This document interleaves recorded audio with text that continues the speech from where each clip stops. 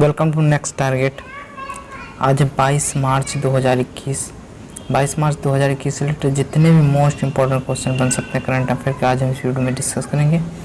उनसे रिलेटेड जितने भी इंपॉर्टेंट फैक्ट्स होंगे उनको भी आज हम इस वीडियो में डिस्कस करेंगे। तो दोस्तों, इस वीडियो की PDF फाइल हमारे आपको टेलीग्राम ग्रुप पर मिल जाएगी। टेलीग्राम ग्रुप की लिंक मैंने आपको डिस्क्रिप्शन में वीडियो की दे दिया है, तो वहाँ से आप हमारा टेलीग्राम ग्रुप ज्वाइन कर सकते हैं और PDF को डाउनलोड कर सकते हैं। तो दोस्तों, स्टार्ट करते हैं आज के पहले क्वेश्चन से। तो आज का पहला क्वेश्चन है वो है, हाल ही में विश्व वानिकी दिवस किस दिन मनाया जाता है? तो जो हाल ही में विश्व वानिकी दिवस जो मनाया जाता है, आपके पास 4 ऑप्शन है। ऑप्शन नंबर 1, ठीक है, 21 मार्च को विश्व वानिकी दिवस मनाया जाता है। संयुक्त राष्ट्र महासभा ने सभी प्रकार के वनों के महत्व के बारे में जागरूकता बढ़ाने के लिए 2012 में 21 मार्च को अंतर्राष्ट्रीय वन दिवस घोषित किया था। देशों में वनों और वृक्षों के वृक्षारोपण अभियान जैसे उनमें संबंधित गतिविधियों को आयोजित करने के लिए स्थानीय, राष्ट्रीय और अंतर्राष्ट्रीय प्रयासों को किया गया, उनको प्रोत्साहित किया गया। और इसी दिवस हम लोग अपना 21 मार्च को ही ये जो इसकी अवधारणा थी, मतलब जो इसको पारित किया गया था, वो पारित किया गया 1971 में, ठीक है। और वन जो भी इसकी मतलब स्टार्टिंग डेट थी वो 21 मार्च 1971 में इसे स्टार्ट किया गया था। चलते हैं अगले प्रश्न की ओर। तो अगला प्रश्न है, हाल ही में ICRIER आयोजित वेबिनार को किसने संबोधित किया है? तो हाल ही में डॉक्टर जितेंद्र सिंह ने ICRIER को संबोधित किया है, हमारे डॉक्टर जितेंद्र जी ने, ठीक है। तो ऑप्शन नंबर A सही है। यहाँ पे हम बात करते हैं act east policy, north eastern region act east policy के तहत और नॉर्थ ईस्टर्न के बढ़ावा शीर्षक के लिए संगोष्ठी को संबोधित किया। यह नीति अध्यक्ष पूरे एशिया। बात कर लेते हैं ICRIER के बारे में।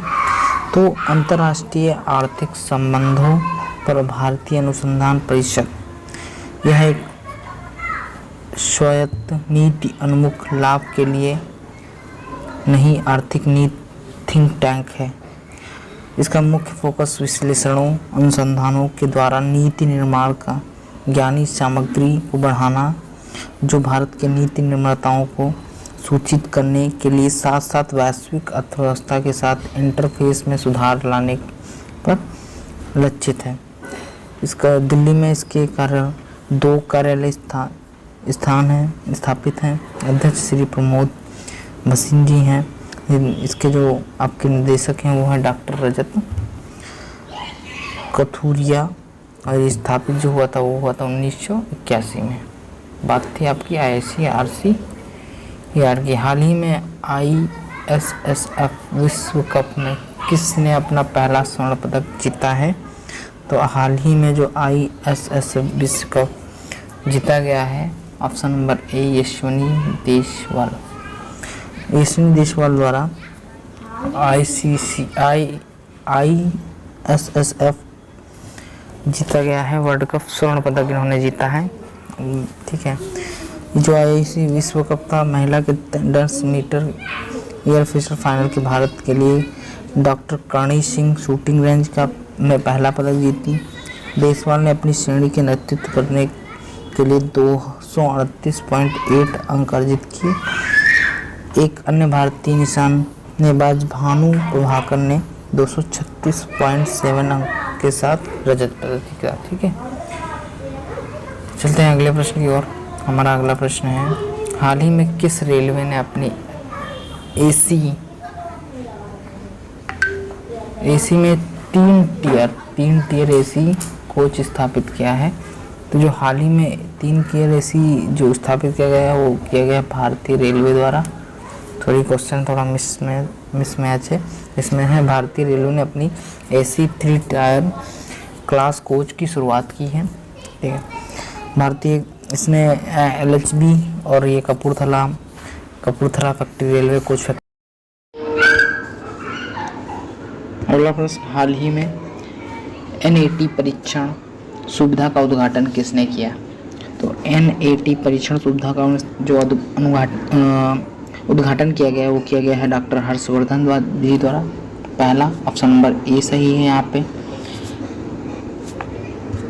बात आती है NAT न्यूक्लियर एसिड टेस्ट, एक तकनीकी जिसका उपयोग किसी विशेष न्यूक्लियर एसिड अनुक्रम को पता लगाने के लिए किया जाता है।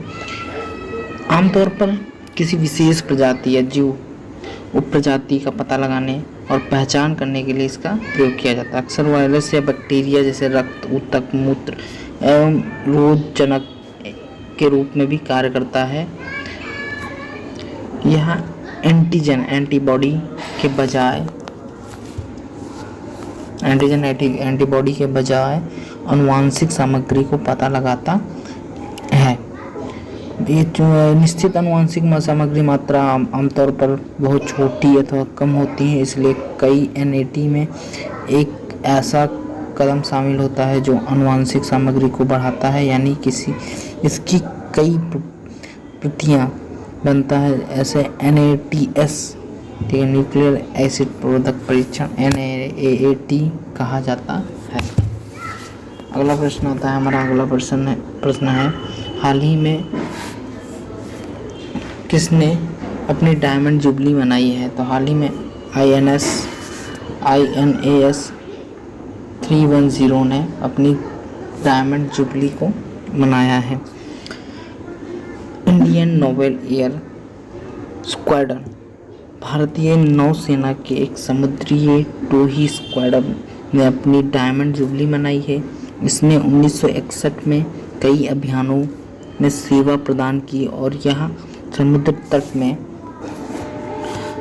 तट पर दैनिक निगरानी कार्यों को अंजाम देता है। बात करें INS 310 NS हंसा पर आधारित एक भारतीय नौसेना का एयर स्क्वाड। इसका गठन 21 मार्च 1961 में किया गया था। ठीक है, यह ब्रिटेन एलिजे वाहक आधारित पनडुब्बी विरोधी युद्धक विमान के साथ किया गया है। लेफ्टिनेंट कमांडर महिर के राय कमांडिंग ऑफिसर थे। 1991 में शुरू स्क्वाड को 228 विमान से निगरानी और इलेक्ट्रॉनिक युद्ध भूमिकाओं के लिए कॉन्फ़िगर किया गया। INS 310 के ऑपरेशन विजय 1961 में, 1965 का भारत और पाकिस्तान युद्ध, 1971 का भारत पाकिस्तान युद्ध, ऑपरेशन पवन और कारगिल युद्ध और ऑपरेशन पराक्रम में इसने भाग लिया। आप इतना INS 310 के बारे में याद रखें। ये याद रखें फिलहाल कि INS का जो डायमंड जुबली मनाया गया था वो हाल ही में 21 तारीख को मनाया गया था। हमारा अगला प्रश्न जो है वह है हाल ही में किस देश ने के प्रधानमंत्री लगातार चौथी बार चुनाव को जीते हैं? तो हाल ही में जो जीते हैं मार्क रूटो, जन पेट्रोल। इसमें से जो भी ऑप्शन को सही लगता हो बता सकते हैं, बट यहाँ पे जो है ऑप्शन नंबर 1 ठीक है, मार्क रूटो ने हाल ही में लगातार चौथी बार प्रधानमंत्री चुनाव को जीता है। एक्चुअली ये नीदरलैंड का चुनाव था। ठीक है, अब जो रूप में हालैंड के रूप में मनाया जाता है। जैसे कि देश के मुख्य पश्चिम यूरोप में से स्थित है, ये आंशिक रूप में कैरिबियन में है। नीदरलैंड के लोगों ने वर्णन किया है, ये डच शब्द का इस्तेमाल किया करते हैं। राजधानी एम्स्टर्डम, सरकार एकात्मक संसदीय संवैधानिक राजतंत्र वाली है। मोनार्क विलियम अलेक्जेंडर मार्क रूटो एक डच राजनेता है जो अक्टूबर 2010 से नीदरलैंड के प्रधानमंत्री और मई 2006 से people's party for freedom and democracy नेता हैं। बात ये जॉन पीटर इनसे पहले के थे और डियर वन उनसे भी पहले के प्रधानमंत्री थे। तीनों नाम है वो जो तीनों नीदरलैंड के ही प्रधानमंत्री थे। हाल ही में परमवीर से सम्मानित कैप्टन मनोज पांडे के लिए बनाई गई स्मारक कौन से राज्य में स्थापित है? तो हाल ही में जो परमवीर स्मारक, बात करें उत्तर प्रदेश की, तो उत्तर प्रदेश की जो राजधानी है वो है लखनऊ। उत्तर प्रदेश के जो चीफ मिनिस्टर हैं वो आदित्य योगीनाथ। उत्तर प्रदेश के जो आपके गवर्नर वो आनंदीबेन पटेल। ठीक है। और उत्तर प्रदेश की अगर पशु की बात करें, राजकीय पशु बारहसिंगा, राजकीय पक्षी सारसन, कौज, राजकीय पुष्प पलाश, राजकीय वृक्ष अशोक। एंड यहाँ पे बाल श्रमिक योजना, नवीन रोजगार छतरी योजना, प्रवासी राहत मित्र ऐप, आयुष कवच ऐप। हिंदुस्तान में मंडुआडीह रेलवे स्टेशन का नाम बदलकर बनारस रेलवे स्टेशन कर दिया गया है। यहाँ पे हर्बल रोड का प्रोजेक्ट भी लॉन्च किया गया था। मनरेगा में यूपी के सबसे प्रथम राज्य है जिसमें सबसे ज़्यादा लोगों को रोजगार मिला था। ठीक है, आप इतना उत्तर प्रदेश के बारे में ये याद रख सकते हैं। बात करते हैं अगले प्रश्न की। जो अगला प्रश्न है हमारा वो है, हाल ही में IBSA महिला मंच की कौन से नंबर की बैठक हुई थी? तो IBSA महिला मंच की 6ठे नंबर की बैठक हुई थी यहाँ पर अभी हाल ही में। ठीक है, तो याद रखिएगा 6वीं बैठक आपकी हुई थी महिला बैठक की। अगला प्रश्न जो है हमारा वो है, हाल ही में ऊर्जा स्वराज यात्रा बस में सवारी किसने सर्वप्रथम की है? तो आपका जो ऊर्जा स्वराज यात्रा बस में सवारी की है वो सबसे प्रथम की केंद्रीय शिक्षा मंत्री रमेश पोखरियाल जी ने।